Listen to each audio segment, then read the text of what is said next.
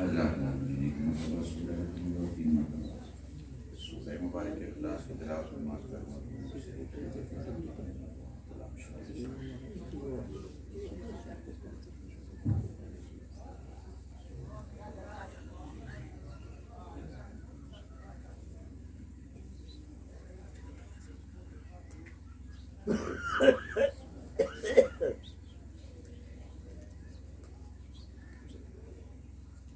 چل کوئی بات نہیں چل جائے گا.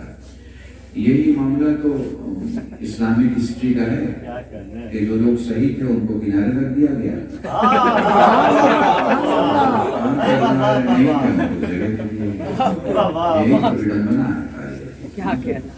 زیادہ کوئی مسئلہ کوئی چھوٹا سا مسئلہ ہے, اسی مسئلے کو کلیئر نہیں کیا بعد میں بڑا ہو گیا. ظاہر سی بات ہے اب جو آدمی ڈاکٹر نہیں ہے اسے آپ ڈاکٹر سمجھ کے اپنی بیماری دکھائیں تو وہ تو خود بیماری پیدا کرے گا نا, بیماری بڑھائے گا تھوڑی. بھائی طہارتیں تو وہ لائے گا نا جو خود طاہر ہو, تو وہ بنائے گا جو خود علم ہو. سچ کی بات تو وہ کرے گا جو صادق ہو, علم کو پھیلائے گا جو خود باطل ہو. اسی لیے جب آپ کے پانچوں معصوم سے پوچھا کہ یہ بات آپ نے کہاں سے پڑھی تو کہا خبردار ہم سے سند نہ پوچھا کرو, کیونکہ ہم نے اپنے باپ سے سنا, انہوں نے اپنے باپ سے سنا, انہوں نے اپنے باپ سے سنا. ہمارے یہاں مجلسوں میں سنی سنائی نہیں سنائی جاتی. بتانے والے نے بتایا وہ معصوم تھا, جس کو بتایا وہ معصوم تھا. سینہ بسینہ سینہ بسینہ سینہ بسینہ جملے بدل رہا ہوں. محمد نے محمد کو دیا, محمد نے محمد کو دیا. ہمارے عقیدے سے دیکھیں تو ہم کل بھی محمد کے ساتھ تھے, آج بھی محمد کے ساتھ ہیں. محمد جس کا کلمہ پڑھتے ہیں اس نے جسے اپنا نائب بنایا, ہم انتظار بھی اسی محمد کے نائب کا.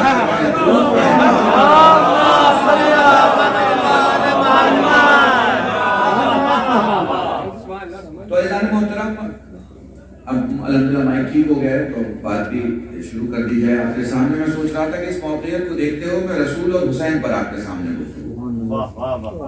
کیونکہ کائنات میں نہ ایسا نانا ہے اور نہ کائنات میں ایسا نواسا ہے.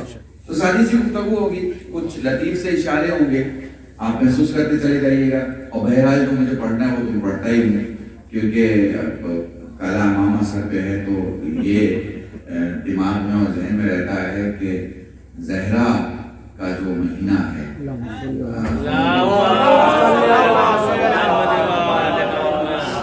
اور ان کی جو کھینچی ہوئی ایک لکیر ہے اس سے تو کوئی سمجھوتا ہے نہیں.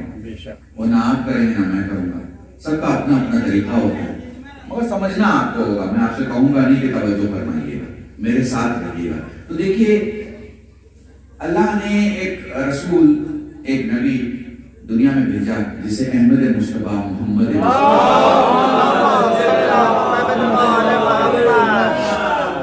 اب دیکھیں خوبصورت خوبصورت اشارے ہیں, اگر آپ سمجھتے چلے گئے تو پوری مجلس مکمل ہو جائے گی آپ کے سامنے.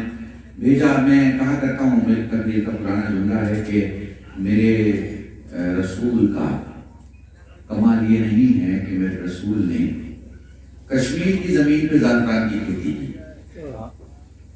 میرے رسول کا کمال یہ ہے کہ انہوں نے راجستھان کی ریگستان میں زعفران کی کھیتی. عرب کے اس بدو زمانے میں, عرب کے اس جاہل زمانے میں اور عرب کے اس جاہل ماحول میں جس نے اسلام کی کھیتی کی ہو اسے محمد مصطفیٰ کہا جاتا ہے.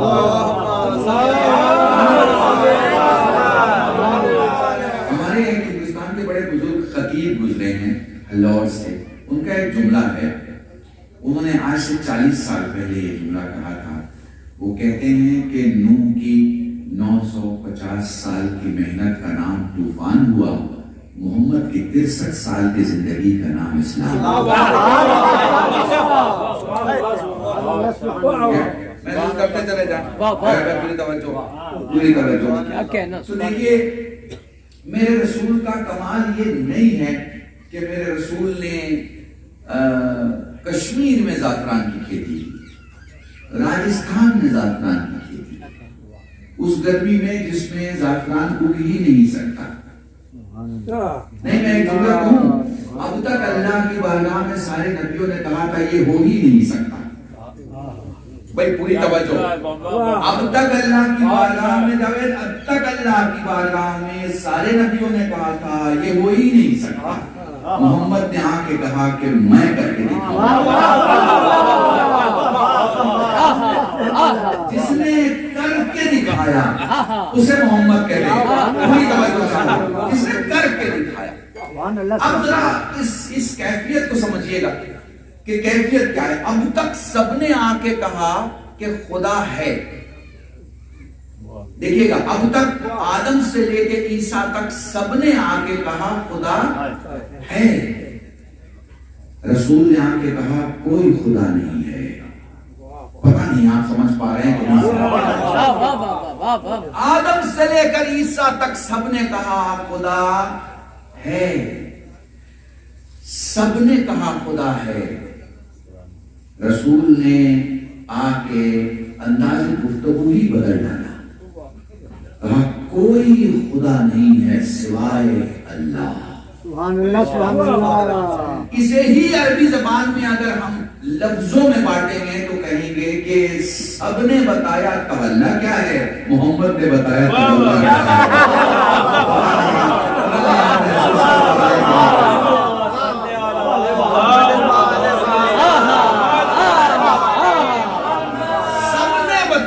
اللہ کیا ہے کیا کہنا. محمد نے بتایا تبرہ کیا ہے.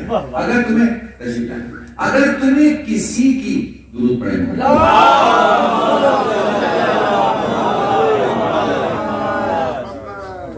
اگر تمہیں کسی کی عظمت کا اقرار کرنا ہے تو اس کے مقابلے میں جتنے ہیں پہلے ان کا انکار تو کر لو. ہم ان کو بھی مانیں گے، ان کو بھی مانیں گے، فلانے کو بھی مانیں گے، فلانے کو بھی مانیں گے، اور آپ والے کو بھی مان لیں گے. یہ نہیں چلتا. ہمارے اور آپ کے ماننے کی بات ہی نہیں ہو رہی.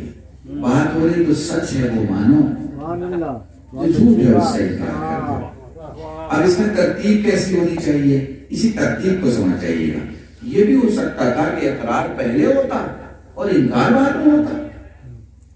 ہو سکتا تھا نا بھئی. اقرار پہلے ہو جاتا کہ ہم اللہ کو مانتے ہیں اور اللہ کے علاوہ کوئی نہیں اور سارے جھوٹوں سے انکار کرتے ہیں.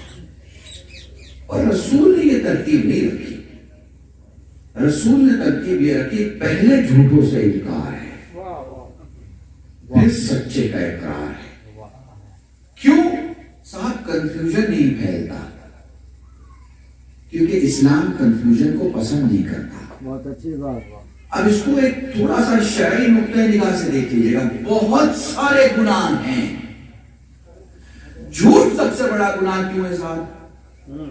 جس کو دیکھیے، جس معصوم کو دیکھ لیجیے، جس حدیث کو اٹھا کے دیکھ لیجیے، جھوٹ کو آپ کے لیے زہر بتایا گیا ہے. بالکل ختم معاملہ ہے جھوٹ کا. اگر معاملہ کیوں؟ اس لیے کہ جھوٹ ضد ایمان ہے. آپ سمجھ رہے ہیں؟ اگر ایک زبان سے آپ لا الہ کہہ رہے ہیں، الا اللہ کہہ رہے ہیں، اور بھی اسی زبان سے جھوٹ بول رہے ہیں تو یہ ضد ہے. اس لیے اسلام بالکل ایکسیپٹ نہیں کرتا، اپنی ضد کو قبول نہیں کرتا. باقی گناہوں کے لیے یہ کہتا ہے کہ ٹھیک ہے، عقل آ جائے گی، سمجھ آ جائے گی، فہم آ جائے گا، ضمیر جاگ جائے گا، آنکھ کھل جائے گی، سوتے سے جاگ جائے گا. اسے سمجھاؤ، اسے مناؤ، اسے دیکھو، یہ توبہ، وہ توبہ، یہ دعا، وہ دعا، سب گائیڈنس ہیں آپ کے لیے. جھوٹ میں کوئی گائیڈنس نہیں ہے. جھوٹ میں سیدھی بات ہے، جھوٹ چھوڑ دو. کیوں؟ اس لیے کہ دو الگ الگ چیزیں ہیں. یا اسلام ہے یا جھوٹ ہے. جہاں جھوٹ ہے وہاں اسلام ہو نہیں سکتا. جہاں جھوٹ ہے وہاں اسلام ہو ہی نہیں سکتا. اس لیے وہ ضد کو ایکسیپٹ نہیں کرتا. سمجھ رہے ہیں میری بات کو؟ تو آپ پیغمبر آئے، کیسی سچویشن ہے؟ فرمایا صاحب کوئی خدا نہیں ہے سوائے اللہ. اب تک کے نبیوں نے کیا کہا تھا؟ اللہ ہے، اللہ ہے، اللہ ہے، اللہ ہے. سب نے کہا تھا ہے، مگر اس ہے کو کائنات میں اگر کسی نے ہندی کا جملہ استعمال کرنا استھاپت کیا ہے تو اسے محمد عربی کہتے ہیں. اس ہے کو اگر کسی نے قائم کیا ہے تو اسے محمد کہتے ہیں. وہ علی سینا بڑا خوبصورت جملہ لکھتے ہیں. وہ کہتے ہیں کہ اللہ نے کوئی بشر ایسا پیدا ہی نہیں کیا جس کے جسم پر محمد نہ لکھا ہو. سر کو میم بنایا, ہاتھوں کو ہے بنایا, کمر کو میم بنایا اور پاؤں کو دال بنایا. یہ ابو علی سینا کہتے ہیں کہ اللہ نے ہر وجود پر محمد لکھا مگر چہرے پہ علی بھی لکھا. آنکھوں کو عین بنایا, ناک کی لمبائی کو لام بنایا, نچلے حصے کو یہ بنایا, ادھر بھی علی لکھا اور ادھر بھی. وجود پہ محمد لکھا, چہرے پہ علی لکھا. وجود پہ محمد لکھا, چہرے پہ علی لکھا. اگر محمد کو ہٹاؤ گے تو وجود خطرے میں پڑ جائے گا, علی کو ہٹاؤ گے تو وجود کی پہچان خطرے میں پڑ جائے گا. وجود پڑھیں محمد.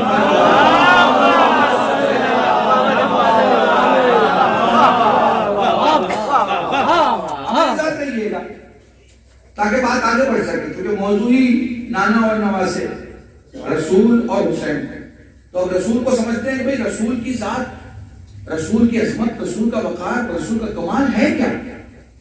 سب سے پہلی بات تو یہ سمجھ لیجئے کہ آپ سمجھ نہیں سکتے.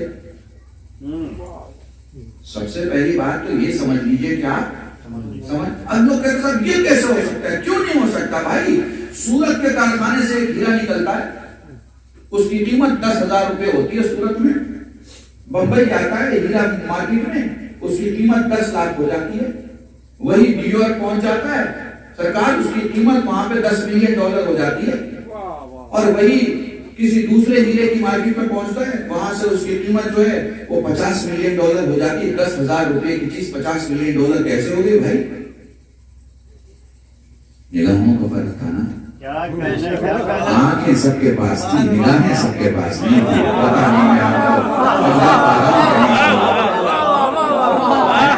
ارے حضور, جب دنیا کے خزانوں کے ہیروں کی یہ حالت ہے تو جو خدا کے خزانے کا ہیرا وہ پڑھیں محمد.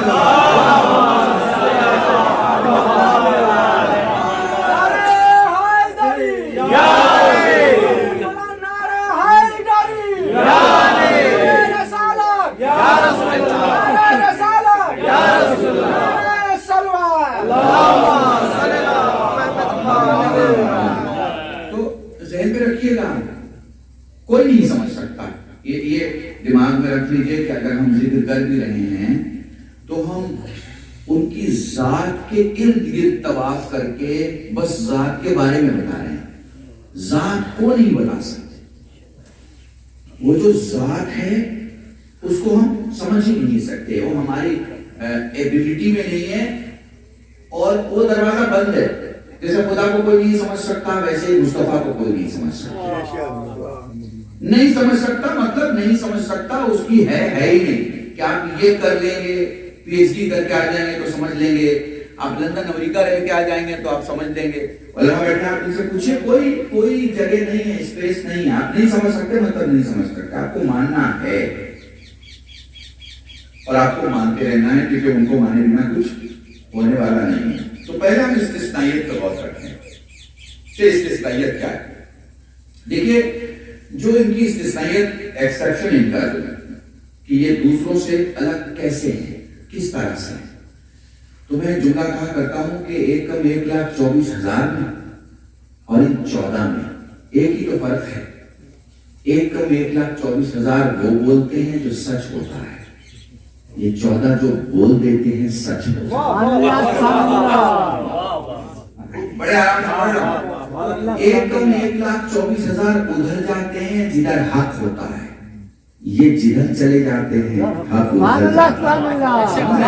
1,24,000 کو اگر معجزہ دکھانا ہے تو عمل کرنا پڑے گا. بنا عمل کے معجزے کا صدور نہیں ہے. مثلا موسیٰ کو دریا میں راستہ پیدا کرنا ہے تو عصا اٹھانا پڑے گا, عصا مارنا پڑے گا اور نیت کرنی پڑے گی کہ کس لیے مار رہے ہیں. ایسے بھیٹ کے کام نہیں ہوگا, عمل بھی کرنا پڑے گا, نیت بھی کرنی پڑے گی. کوئی دوسرا نیت کرے گا تو موسیٰ کے عصا سے کام نہیں ہوگا, موسیٰ کی ہی نیت چاہیے. مگر اہل بیت کا کمال یہ ہے یہاں عمل کی ضرورت نہیں ہے, فکر میں بھی بلا لو تو حقیقت میں آ جاتے ہیں.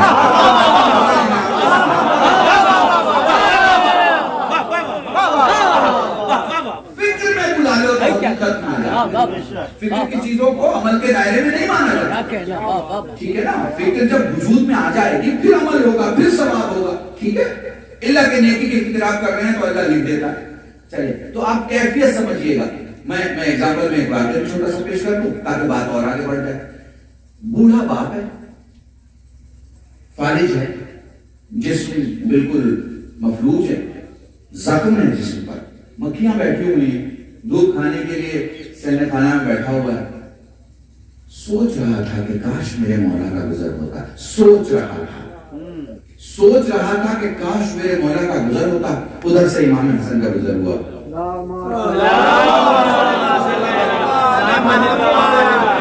ابھی سوچا تھا کاش میرے مولا کا گزر ہوتا, ادھر سے امام حسن کا گزر ہوا.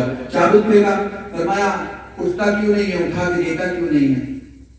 حسن کی آواز کانوں تک آئی تو سننے کی طاقت ٹھیک ہو گئی. سنا کہ میرا مولا بلا رہا ہے, اٹھنے کی کوشش کی, دیکھا جسم کام کرنا شروع کر چکا ہے. اٹھا, اپنے ہاتھ پاؤں کو دیکھا, جلدی سے چابک اٹھایا, دوڑ کے گھر کے باہر آیا, دیکھا میرا مولا گھوڑے پہ بیٹھا ہوا ہے. نزدیک گیا, چابک دیا اور دیکھے کہتا مولا پہلے کیوں نہیں آ گیا. مولا نے پیٹھ پہ ہاتھ رکھ کے کہا تُو نے پہلے کیوں نہیں بلایا.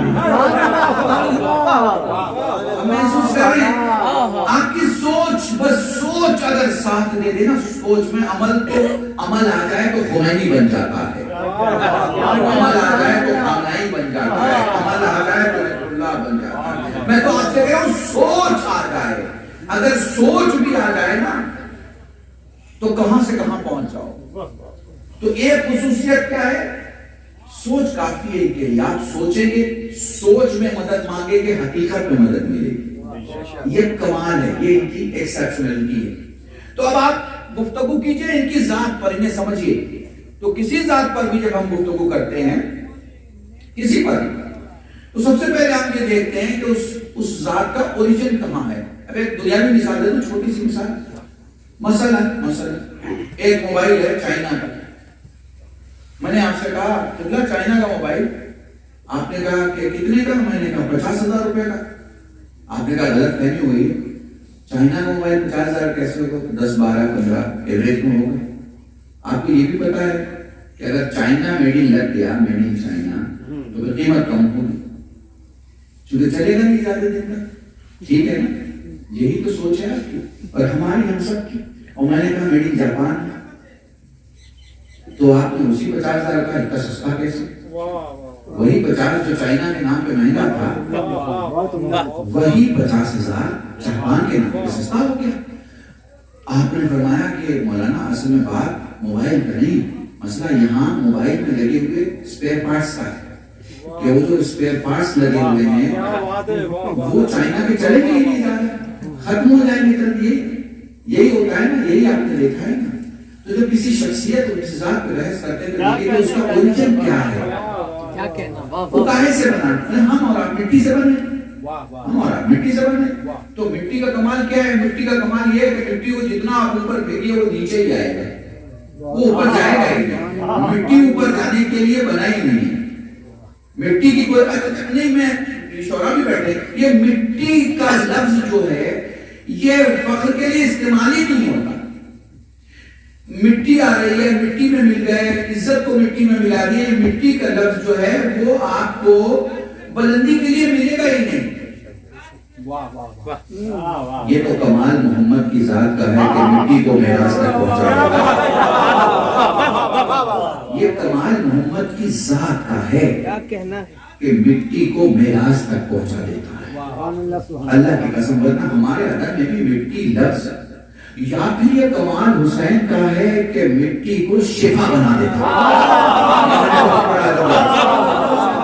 یہ مٹی لفظ کو نانا میراث تک پہنچاتا ہے اور نواسا شفا بنا دیتا ہے. درود پڑھیں محمد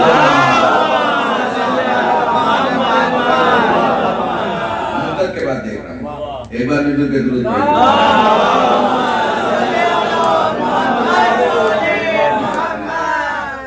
محسوس کر رہے ہیں آپ, وہاں بھی آپ کیا کہتے ہیں, خاک, مگر خاک کہہ کے ٹھہرتے نہیں ہیں, کیونکہ خاک کہنے کے بعد چیزوں کے پتن کا تذکرہ ہوتا ہے. ٹھیک ہے نا, مگر یہاں خاک کہہ کے آپ فوراً شفا کہتے ہیں. شفا کا مطلب کیا ہوتا ہے؟ جو مر رہا تھا مگر اب جی رہا ہے. پتا نہیں میں آپ کو سمجھا پا رہا ہوں کہ نہیں سمجھا پا رہا ہوں. جس کی پاسٹ میں چاہے ہلاکت ہو مگر ابھی حیات ہے. سمجھ رہے ہیں؟ یعنی جب آپ نے خاک شفا کہا تو کسی کو کہنے کی ضرورت ہی نہیں ہے، بتانے کی ضرورت ہی نہیں کہ کس مٹی کی کا ذکر ہو رہا ہے. سب کو پتا چل جاتا ہے کہ آپ حسین کی خاک کا تذکرہ کرتے ہیں. تو نانا کی ذات کے ساتھ مٹی کو تو میراث تک پہنچتی ہے، نواسے کی ذات کے ساتھ مٹی کو شفا. آگے چلتے ہیں، ذرا آپ دیکھیے گا اور محسوس کیجئے گا. میں آپ کو ایک بہت ہی پریکٹیکل گوشے کی طرف لے کے چلتا ہوں. بھائی انسان کیا ہے؟ اشرف المخلوقات ہے، اشرف المخلوقات ہے انسان، نمبر 1 ہے. اور فرشتہ نمبر 2 ہے نا نمبر 2. بھائی ہماری کتابوں میں تو یہی ملتا ہے، اشرف المخلوقات انسان ہے اور فرشتہ سیکنڈ گریڈ ہے، فرسٹ گریڈ نہیں ہے، فرسٹ گریڈ انسان ہے.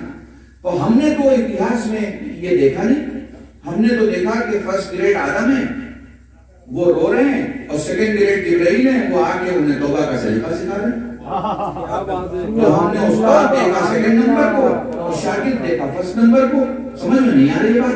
کچھ سمجھ میں آ رہی ہے بات آپ کو؟ پریکٹیکل ہے، بہت پریکٹیکل ہے.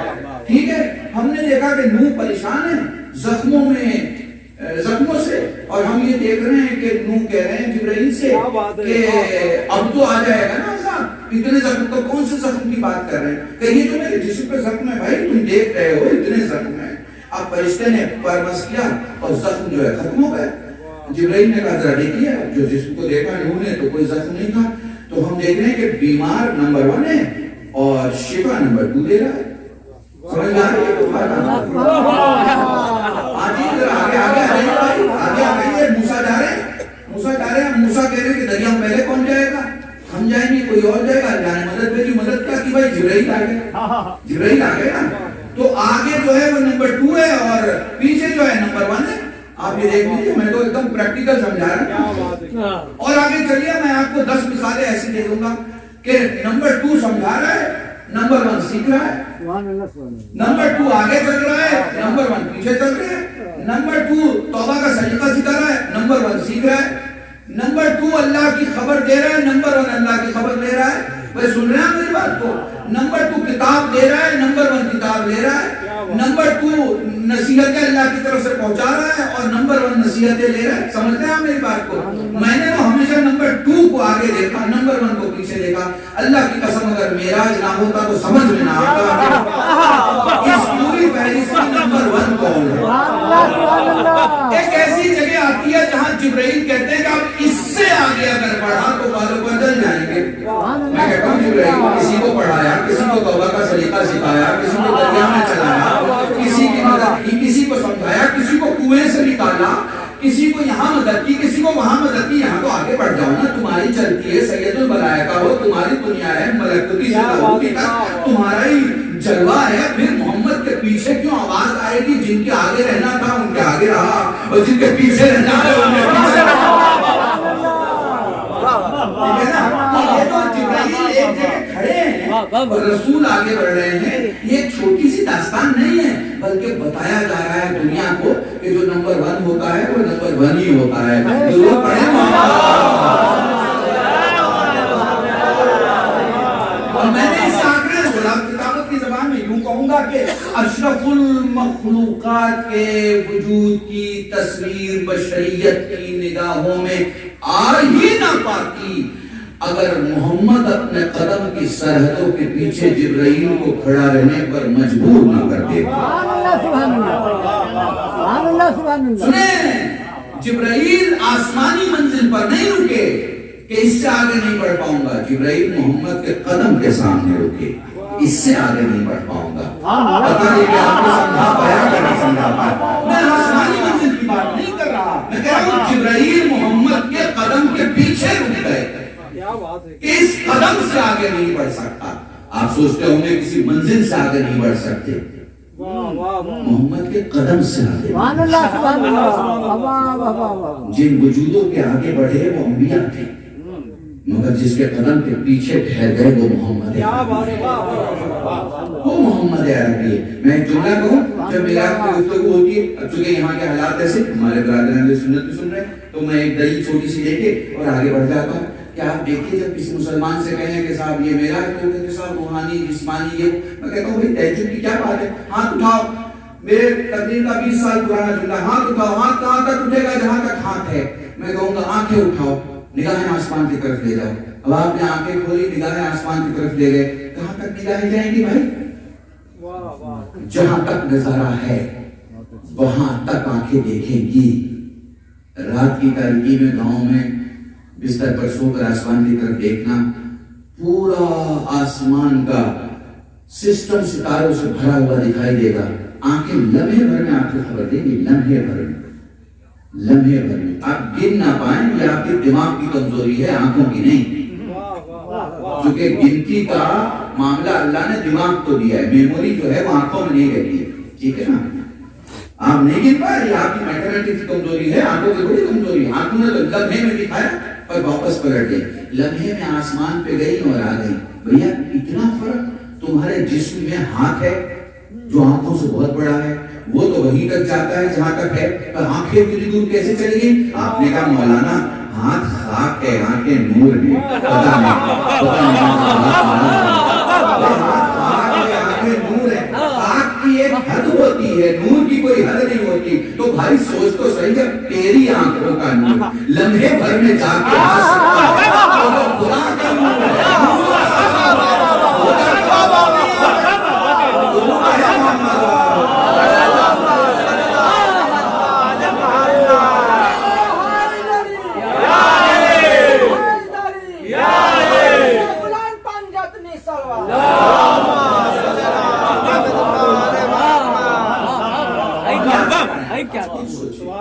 آپ کو سوچے تو نور اعلیٰ نور ہے جو اللہ کا، اب یہاں میں بہت اہم منزل پر آ چکا ہوں آپ کے ساتھ، جو خدا کا نور ہے، اس خدا کے نور کو سمجھیے۔ دیکھیے اللہ کا بھی انتظام دیکھیے، اب سے آگے تقریر کے 10 منٹ کا جملہ میرا سارا ان مسلمان بھائیوں کے لیے ہے جو رسول پہ واقعاً جانتے ہیں، میں ان سے کہتا ہوں غور سے سنیں، ساری دنیا خدا کے حکم سے بنی ہے، ساری دنیا خدا کے حکم سے بنی ہے، ٹھیک ہے؟ وہ حکم کیا ہے؟ کن فیکون، ہو جا، ہو گئے۔ چاند، سورج، زمین، سب کچھ کہاں سے بنا؟ کن سے۔ ایک جملہ کہوں، محمد کن سے نہیں بنی۔ یہ پوری مجلس میں نے پڑھ دی آپ کے سامنے سے ایک جملے میں، محمد کن سے نہیں بنے، علی کن سے نہیں بنے، فاطمہ کن سے نہیں بنے، حسن کن سے نہیں بنے، حسین کن سے نہیں بنے، انہیں خدا نے خود بنایا۔ کیا کہنا سبحان اللہ۔ آپ کی انسانی زندگی میں تو ایسا ہوتا ہے نا کہ آپ کسی کے یہاں مہمان ہوتے ہیں، وہ بہت بڑا آدمی ہوتا ہے، پھر وہ اپنے کسی خادم کو بلاتا ہے اور بلانے کے بعد کہتا ہے دیکھو یہ میرے بچے ہیں، اس کا خیال رکھنا، ان کے ناشتے کا، ان کے کھانے کا، ان کے سونے کا، ان کے جاگنے کا، اٹھنے کا، آپ کو نوکر سنبھال رہا ہے ان کا۔ سیٹ صاحب جا چکے ہیں، کبھی کبھی کوئی ایسا بھی مہمان آتا ہے کہ سیٹ صاحب نے نوکر کو کہا کہ تم دور رہو، میں خود ان کا استقبال کروں گا، میں خود انہیں لے کر آؤں گا، میں خود ان کا ناشتہ کرواؤں گا، میں خود انہیں کھانا کھلاؤں گا، ٹھیک ہے نا؟ تو جاتے ہوئے نوکر کہتا ہے کہ صاحب آپ بڑے خاص ہیں، سارے مہمانوں کو ہم دیکھتے ہیں لیکن آپ کو تو انہوں نے خود دیکھا ہے۔ سمجھنا میری بات نہیں، تو انسانی زندگی میں ہے، تو ساری کائنات حکم سے بنی ہے، کہہ دیا ہو گیا۔ یہ کہیں آپ کو نہیں ملے گا کہ میں چاہتا ہوں کہ وجود بن جائے جس کا نام میں محمد رکھوں، محمد ہو جاؤ، کہیں نہیں ملے گا آپ کو، شیعہ سنی کسی بھی کتاب میں پڑھ لیں، نہیں۔ وہ کہتا ہے کہ میں نے خود بنایا، اور پھر وہ کہتا ہے کہ اس نے اپنے نور سے بنایا۔ اب یہ اپنے نور کو ذرا شدت سے پڑھے، اپنے نور سے بنایا۔ جب آپ اپنا کہیں گے نا تو ہاتھ بھی آپ کا اپنے سینے کی طرف، سبحان اللہ، سبحان اللہ، دوسرے کی طرف نہیں جائے، اپنے نور سے بنایا۔ وہ ذات جو سمٹ نہیں سکتی، وہ اگر کہے کہ اپنے نور سے بنایا، پتہ نہیں میں آپ کو میں سمجھا پا رہا ہوں، جو ہر جگہ موجود ہے. کوئی ایک پن پوائنٹ نہیں کہہ سکتے آپ کہ وہ سمٹ کے فلانی جگہ پر ہے اور دوسری جگہ معذرت وہاں سے سمٹ چکی ہے، نہیں کہہ سکتے آپ، ٹھیک ہے نا؟ کیونکہ اپنے نور سے بنا ہے، تو پھر اس وجود کی وسعت کتنی آپ سوچ ہی نہیں سکتے. آپ سوچ نہیں سکتے بھائی صاحب اس وجود کی وسعت جسے خدا نے اپنے نور سے بنایا. اچھا چاہتا تو اور بھی طریقہ تھا بنانے کا، جیسے اس نے پہلے بنایا. بھائی اس نے ایک جوہر کو دیکھا اور اس جوہر سے پانی بنا دیا. اس نے ایک شے کو دیکھا، اس کے دیکھنے کی وجہ سے وہ شے کسی دوسری شے میں تبدیل ہوئی، پھر اس سے تیسری چیز بنا دی. ایسی بہت ساری چیزیں اس نے بنانی ہیں، بہت ساری. ویسے بنا دیتا ہے، اور اس نے اپنے نور سے بنایا، خود کے نور سے. اچھا ایک گاؤں کی مثال آپ کو دوں. اس گاؤں کے کچھ لوگ دبئی میں کام کرتے ہوں گے، نہیں تو جس کی سیوان کی اور چوپڑا کا کام کرتی ہے، اور وہاں سے کوئی سونے کا بسکٹ لایا اور ماں باپ نے کسی سونار کو سونے کا بسکٹ دے کے زیور بنوایا. مجھے بتائیے کہ وہ زیور کا رنگ سونے کے بسکٹ جیسا ہوگا کہ نہیں ہوگا؟ اگر آپ گولڈ کسی دکان کو دیتے ہیں اور زیور بنواتے ہیں تو جو زیور بنا ہے اس کا رنگ اس گولڈ جیسا ہوگا کہ نہیں ہوگا؟ تو آپ کہنے مولانا جو چیز جس چیز سے بنائی جاتی ہے اس کا رنگ اس جیسا ہوتا ہے. میں نے بڑی سادی مثال دیا. آپ چاندی کی اینٹ کہیں لے کے جائیے اور کہیے کہ مجھے چاندی سے کچھ بنانا ہے، تو جو چیز بھی بنے گی وہ چاندی کے رنگ جیسی تو ہوگی. بھائی ایسا تھوڑی ہے کہ چاندی کی اینٹ کی چیز پیلی ہو جائے اور سونے کی اینٹ کی چیز سفید ہو جائے، ایسا تو نہیں ہو سکتا نا. جو چیز لی جائے اور اس سے کچھ بنایا جائے تو جو چیز بنائی جائے گی وہ اسی جیسی ہوگی جس سے بنائی جائے. مجھے تو سمجھ میں نہیں آ رہا کہ دنیا کی مثالوں میں تو آپ کو سمجھ میں آتا ہے کہ چیز ویسی ہوگی جس سے بنائی جائے، تو پھر یہ کیوں نہیں سمجھ میں آتا کہ جسے خدا نے اپنے نور سے بنایا ایسا کیسے ہوگا؟ پڑھے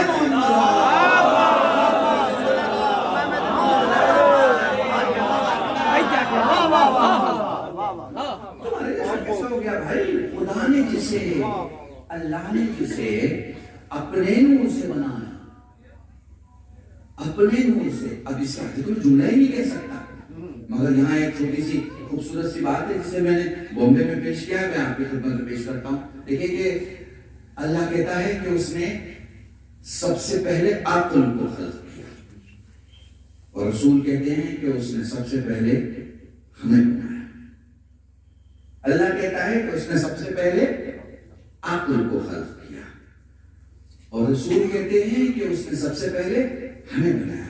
اس کا مطلب کیا ہے کہ جب اس نے عقل کو جسم دیا تو نام محمد ہوا، جب اس نے عقل کو جسم دیا تو نام علی ہوا، جب اس نے عقل کو جسم دیا تو نام فاطمہ ہوا، جب اس نے عقل کو جسم دیا تو نام حسن ہوا، عقل کو جسم دیا تو نام حسین ہوا. اب یہ جو لمحے بھر میں آپ ٹیلی فون کی بٹن کو دباتے ہیں اور یہاں سے امریکہ اور جاپان اور جرمن باتیں کر لیتے ہیں، یہ 3 سے 5% کی عقل کا کمال ہے. یہ 3 سے 5% کی عقل کا کمال ہے. لمحے بھر میں ایک ڈیوائس آپ کے ہاتھ میں، آپ نے بٹن دبایا اور آپ کی بات جو ہے وہ ڈیوائس کے سہارے، کوڈ کے سہارے وہاں تک چلی گئی جہاں تک آدمی جا ہی نہیں سکتا. فوراً آپ کی بات پہنچ گئی. مقصد بات پہنچانا تھا نا، جا کے بھی آپ بات ہی پہنچاتے، آپ نے یہاں رہتے ہوئے وہاں بات پہنچا دی. اس لیے پہنچا دی چونکہ کچھ عاقل آپ کے درمیان ہے جو کہتے ہیں بھائی ہمارے پاس پوری عقل نہیں ہے، ہمارے پاس تو 3 سے 5% کی عقل کا استعمال ابھی تک آیا ہے، اور اس عقل سے انہوں نے وہ ڈیوائس بنائی کہ آپ نے لمحے بھر میں آواز پہنچا دی. مگر یہی عقل جب عقل کل بن جاتی ہے تو کنڈیشن چینج ہو جاتی ہے. پھر ڈیوائس کی ضرورت نہیں ہوتی. پھر بچے کہتے ہیں ماں کا عید کا دن ہے اور ماں کہتی ہے کپڑے آ جائیں.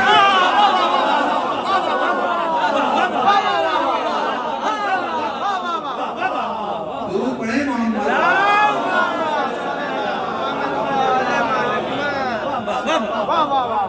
چینج ہو جاتی ہے. سمجھ میں آ رہی ہے؟ تو ذہن میں رکھیے یہ ہے ذات رسول، یہ ذات رسول ہے. اللہ کی قسم کتنا بلند مرتبہ ہے، کتنا بلند ہے کہ اگر میں بتانا بھی چاہوں، سمجھانا بھی چاہوں تو میں نہیں سمجھا پاؤں گا، میں نہیں بتا پاؤں گا کہ وہ کتنی اس بلندی پر بھی تیری عظمتوں کا راج ہے۔ رسول کی ذات کے لیے آپ جتنا بولتے چلے جائیں۔ کیا کنڈیشن تھی رسول کی میں آپ کو بتاؤں؟ پیغمبر کی خدمت سے ایک صحابی اٹھ کے جاتا اپنے گھر کی طرف، تو پیغمبر اپنا ہاتھ اس کے عصا پہ رکھتے تھے، پھر ہاتھ رکھنے کا اثر بتا رہا ہوں میں، ہاتھ رکھتے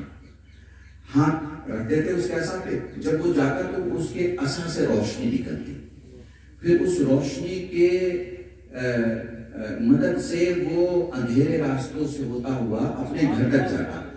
مگر جسے آپ ٹی پوائنٹ بولتے ہیں نا، دائیں بائیں راستہ کٹ رہا ہو تو اس کے ساتھ بھی ایک دوسرے صحابی جا رہے ہوتے، ان کا اگر دائیں ہوتا اور ان کا بائیں ہوتا تو دائیں جانے والا جب اندھیرے راستے کی طرف کرتا تو یہ بائیں جانے والا جس کے عصا میں روشنی تھی وہ دائیں والے کے عصا سے اپنے عصا کو مس کر دیتا، پھر اس میں بھی روشنی آ جاتی۔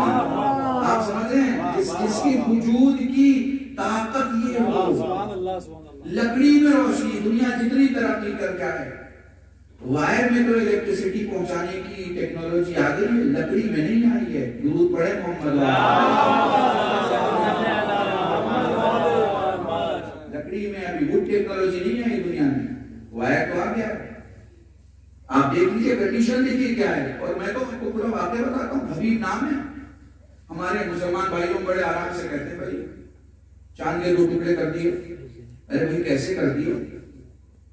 ذرا ہم پہ یہ بھی اعتراض ہوتا ہے کہ ہم تذکرہ ہی نہیں کرتے رسول کا، تو بھیا دیکھ لو رسول کا تذکرہ کیسے کرتے ہیں۔ یہ بھی واضح ہو جائے کہ 2 جملوں میں ختم کرتے ہیں یا گھنٹوں میں۔ چاند کے 2 ٹکڑے کر دیے، کیسے کیے چاند؟ حبیب نام کا ایک آدمی ہے، حبیب نے مالک، وہ کہتا ہے مجھے معجزہ دیکھنا ہے، 500 لوگ میرے ساتھ ہیں، سبھی مان جائیں گے۔ کیا دیکھنا ہے؟ چاند کے 2 ٹکڑے کر دیں۔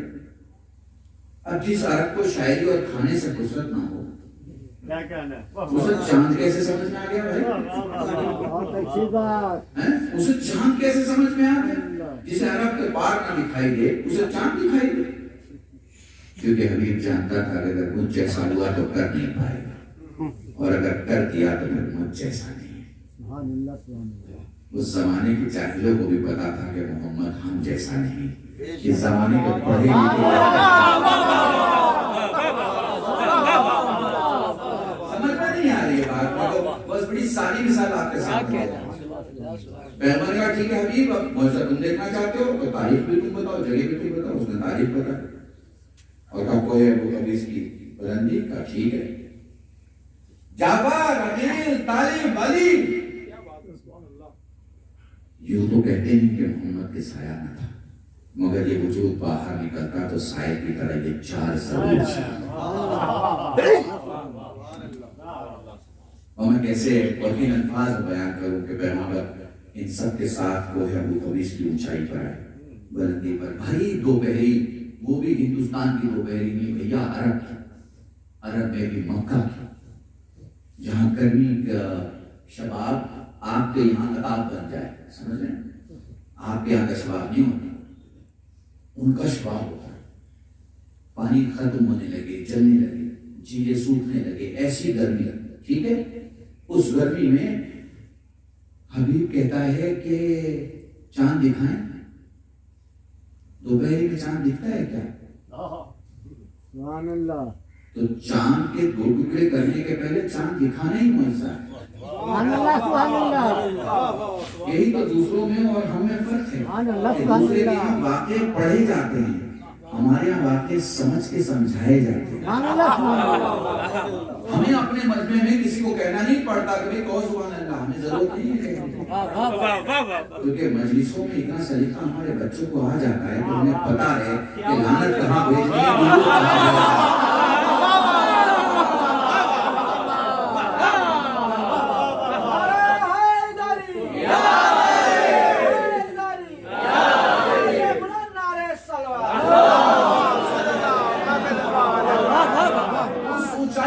بھیا اتنی بھری دوپہری میں چاند کون دکھائے؟